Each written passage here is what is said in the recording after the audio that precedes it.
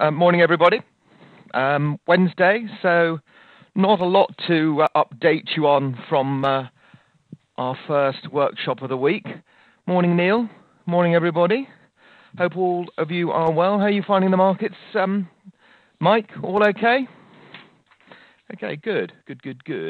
I did hear Adrian Ellison talking about the longer-term charts. I think they have been very productive for a lot of our clients just recently, and that's something I might quickly dwell on myself as well before I hand back. But let's have just a quick look at what's going on. I mean, Adrian's got this pen on. Let's just normal. Right, good. Okay, let's go to our... Right, okay. I think we started on Monday with economic recovery on the ropes, I think was one of the headlines from the FT. I want to leave that article up there because I want to come back to it, but let's just open up another window. And if I go to global economy, I seem to remember seeing pretty much the same reference here. Shares struggle on global growth fears. You know, what's really happened? There's been some key policy announcements in September. The markets did really, really well. And, you know, I have to say, you know, this is just something that now needs positive news to support the moves that we've had. Markets love being optimistic when they can. Generally, people are typically optimistic. They like to look positive on things, but it's rather difficult at the moment. And, you know, we've had all the good news in the markets. We all got excited. If I go to charts and just show you what's going on here, if we look at the FTSE, let's look at the daily and weekly longer-term charts. Find those. Where have we got the daily, weekly, monthly? There we go.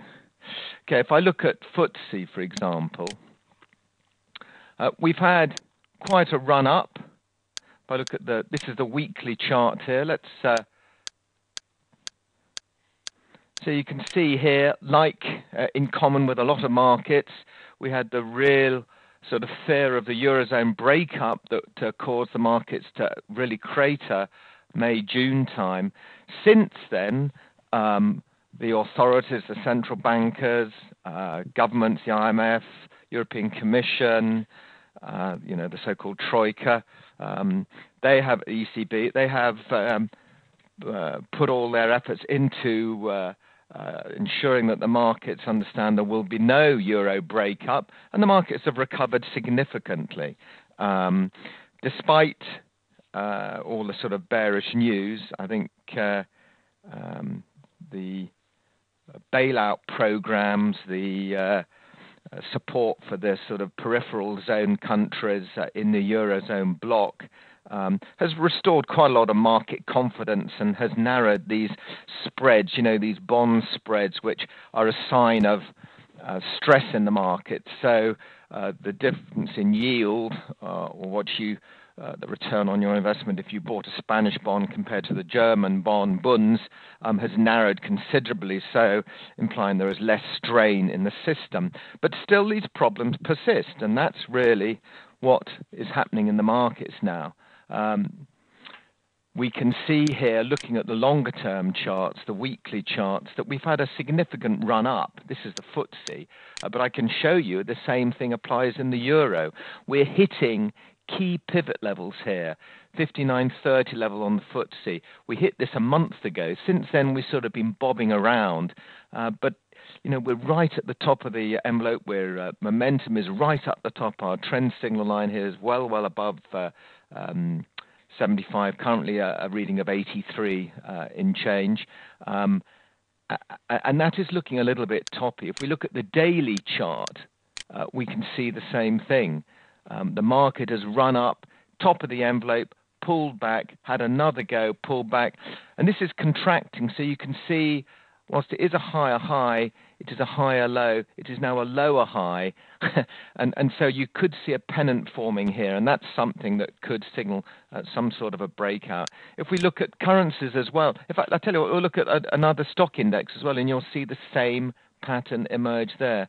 If I can see if we've got the Dow here, I don't think we have. I'll just go back to this page. Okay, let's use the US 30 here.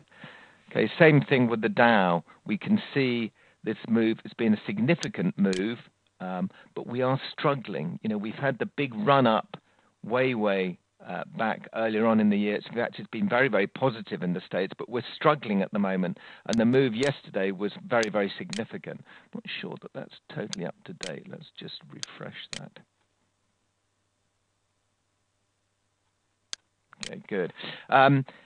Same thing in currencies as well. If we look at the euro, the key forex markets that we look at, and I'm looking at the longer term charts because we can see how that is playing out, the correlation between the likes of the euro and the FTSE. This looks almost identical to the FTSE, the run up, pullback, and then a retest, but we're turning down now. We can see, it would be interesting to see where we close today, but if this takes out the low here, we really could expose ourselves to further falls.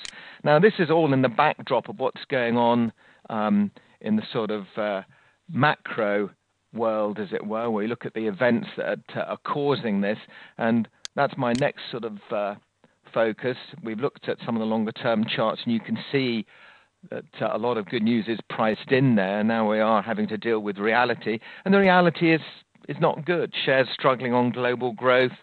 We've got a lot of politicians and bankers meeting to discuss things this week. No real news that we can trade off per se, but let's just have a look at that. So if we look at our calendar, this is we're only halfway through the week, so looking at Wednesday, pretty light on the data week this week, so you don't have to prepare too much for this week, really. I've removed the low impact bits of news from this, so we're left with very little. The only thing today, for example, is what's called the Fed's Beige Book, which is a summary of economic conditions in the various federal districts. You can click on the detail here and you can read about what it all means and what its impact can be. So that's always very useful. That comes out at 7 o'clock. But really, the key events this week are actually meetings that are taking place. The International Monetary Fund is having its semi-annual sort of get-together. That's in Tokyo. And they've described the confidence as very fragile. It's what they basically call this the semi-annual check on the world's financial health. The IMF said that the euro area's debt crisis was the main threat, and the risks to global financial stability had risen in the last 6 months. So, this is still is a very, very delicate and fragile situation. I guess at least, as I said, the central banks and the politicians have managed to somehow rescue the markets from what was some sort of a downward spiral and breakup fears, but still that possibility still exists, and that's something that these central bankers and economists will attempt to allay. We've also got something called the G7 finance ministers. They're meeting in Tokyo at the same time, so that's Britain, Canada, France, Germany, Italy, Japan, and United States. They meet on Thursday tomorrow, so that's after the IMF meeting today. And, they're very much focusing on what you'd expect, which is the global growth fears. We've seen that highlighted twice this week. That's very much a problem. And this is the chickens really coming home to roost, unfortunately. And the central bankers have played their card, and there's not a lot more, they can do. We've had some pretty poor data here in the UK.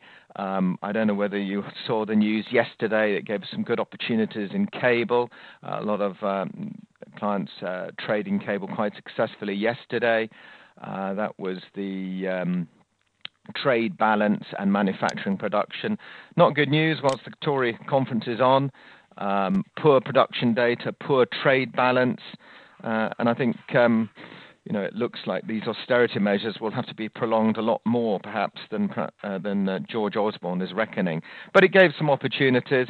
I think, the backdrop, with the euro weakening as well, with markets struggling this week, I think has sort of deflected some of the attention away from sterling. But Mervyn King,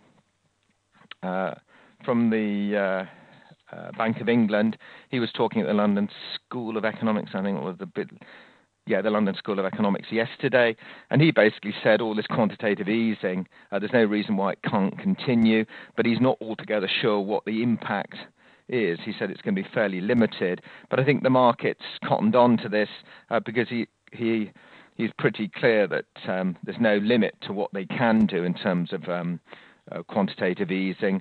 So I think most economists now really expect the central bank to approve more stimulus at November's meeting.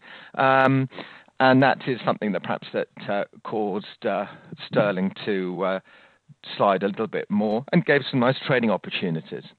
That's pretty much it, really, for the data on Wednesday. Thursday, as I say, we've got the G7 meeting. There's very little data out this week. We got the US trade balance out at 1:30 tomorrow afternoon. The regular weekly unemployment claims, as I say, but we know there's not much out this week. We can see there's very few red, high-impact bits of data, so please don't get too concerned about that. Then on Friday, we've got probably slightly more important data in the producer price index. That's a bit of data that you should watch quite closely. And then finally, something that is a good leading indicator, this prelim or flash University of Michigan consumer sentiment number. That's expected to be sort of unchanged, and that comes out at 5 to 3. But all in all, a little bit sort of quiet on the data front. Politicians talking, they can make announcements at any time during the day or night. So that's nothing we can really prepare for. But thanks very much for listening. Good luck.